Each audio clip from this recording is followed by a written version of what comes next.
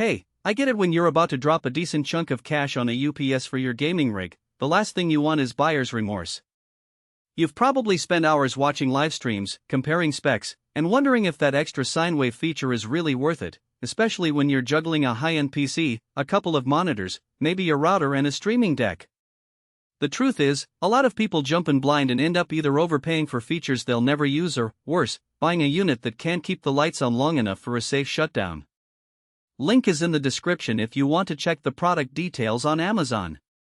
Let's walk through why the CyberPower PR1500RTXL2UN might be the right fit for you, and where it could fall short. First off, let's talk about the kind of setup this UPS is built for. It's a 1500 VA/1500W unit, which means the wattage capacity exactly matches the power draw of many top-tier gaming PCs when you're pushing them hard.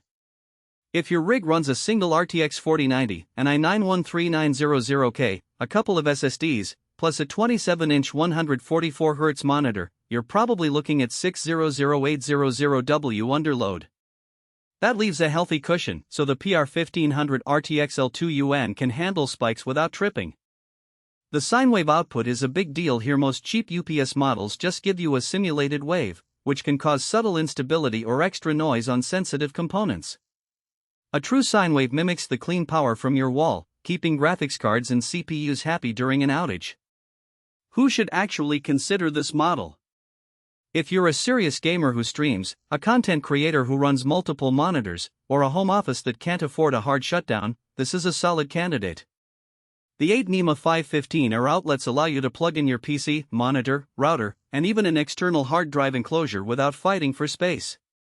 The pre-installed ROMcard 205 lets you monitor battery status and power events from your phone or PC via the CyberPower app, handy when you're away from the desk and want a heads up before the system cuts out. Also, the fact that the warranty covers the batteries for 3 years means you won't be stuck replacing cells after the first year and dealing with a pricey service call. On the flip side, if you're a casual gamer who runs a mid-range build and doesn't stream, you might be paying for more headroom than you need. The unit is a 2U rack mount form factor that can stand on a desk, but it's a bit bulky, about the size of a small tower. That means you'll need a stable surface and a bit of breathing room in your workstation. For a purely portable setup, a smaller, desk-only UPS would be more convenient. Also, the PR1500RTXL2UN doesn't come with an automatic transfer switch for multiple circuits, so you can't connect a separate line for lighting or HVAC. You're limited to the 8 outlets, which means careful planning if you have many devices. Let's get into everyday usability. One of the first things I noticed when I hooked the unit up was the rotatable, tiltable LCD panel.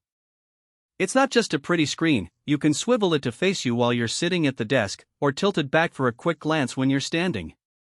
The display shows real-time load, battery charge, and runtime estimates, things I've seen on higher-end models but rarely on consumer-grade UPSs.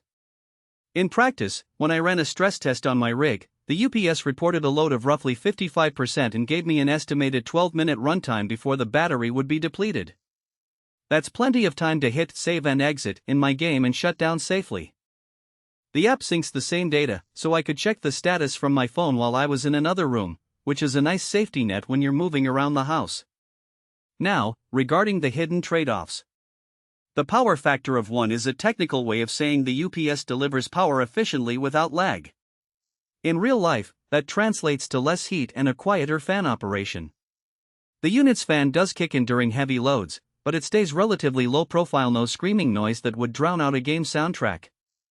However, the fan is a single-speed design, so if you're running at full load for an extended period, the unit can get warm. Make sure the area around it has some airflow, especially if you're stacking other equipment in a tight rack.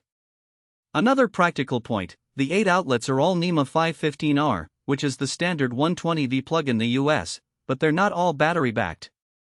2 of them are designated as surgically to preserve battery life for critical equipment. In my experience, you want to put your PC, monitor, and router on the battery-backed sockets, and leave less essential things like a desk lamp or USB charger on the surgically side. That configuration isn't obvious from the packaging, so a quick glance at the back panel saves you from a later surprise when a power cut hits and your lamp stays.